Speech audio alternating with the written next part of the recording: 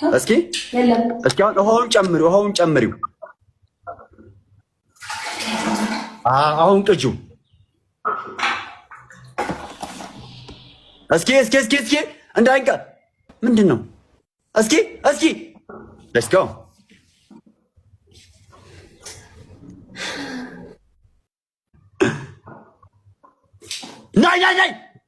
ናይ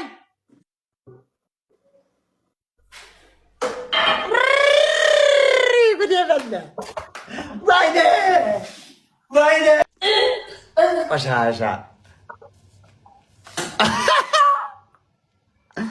ሲያስመልስሽ ይደር። እናቴ ተሞተ ሲያስመልስሽ ይደር።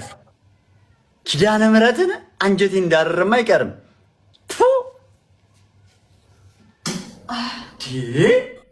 አገኛት ብቻ